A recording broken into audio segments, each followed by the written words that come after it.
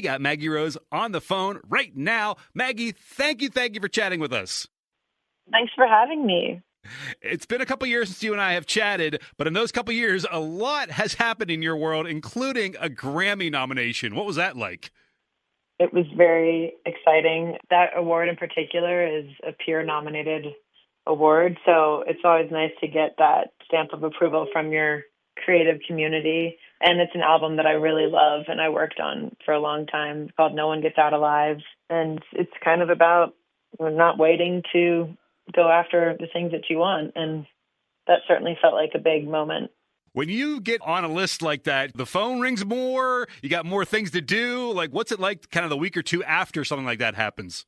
I think it's definitely one of those validators that kind of make people who may have been sleeping on your music take a closer look. And I've been making music for a really long time, so I think it kind of re-engaged some people who've been aware of who I was, but maybe not paying as close of attention. And it's been cool to find my audience. I think having first come to the music scene almost 2 decades ago, releasing more country music, people get an idea of who you are, and we evolve as artists. And I've changed my sound a lot, so I think it's been cool to re-engage a group of people who really love what I'm doing right now. That's a risk to kind of change your sound a little bit and try something new. There's certainly a country element, but it's Americana, it's folk, it's blues.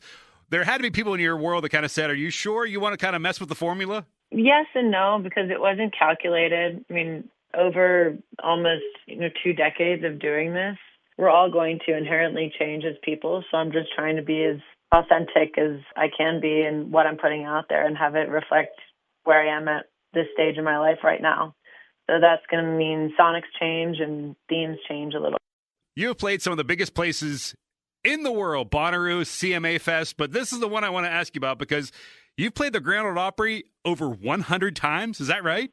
Yes. They keep inviting me back, and I'm just flattered that they consider me part of that community for reasons that we just kind of talked about with the musical sound. You sort of expect more traditional country music on that stage, but I think the Opry has been so inclusive of so much of what's happening, not only in Nashville, but just beyond, and the roots scene and the Americana scene, blues, and that's why they've been around for 100 years. Do you ever get comfortable on a stage like that, or is there always kind of a bit of that nerves when you step on something like that? I think there's nerves just because you want to be deferential to the history that stage has kind of written for us. And it's also, nerves to me are just, energy that lets your body and your nervous system know that you care about what you're about to do. So when you lose that, I think that you might want to figure out why. A performer and other kind of people, because some people will let the nerves kind of just talk them out of it.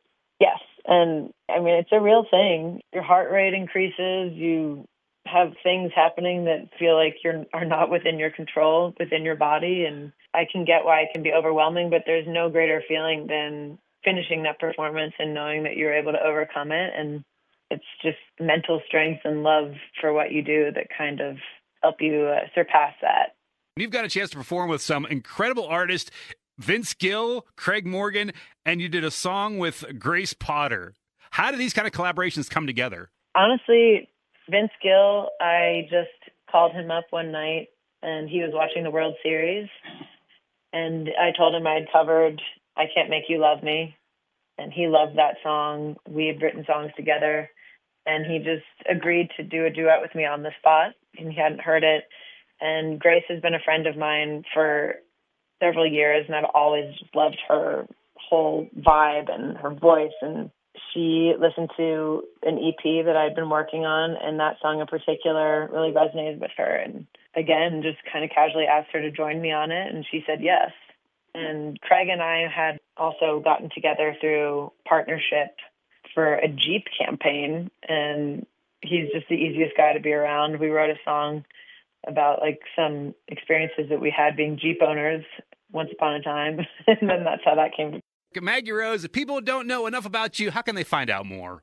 You can go to MaggieRoseMusic.com. That has all my tour dates there. Follow me on all my socials at I am Maggie Rose. Of course, you can tune into the podcast Salute the Songbird as well if you want to see my conversations with some other women in the industry. And got a lot of new music out there, and we're staying busy. Thank you so much for taking the time out of your incredibly busy time to give us a call. It was great to talk to you.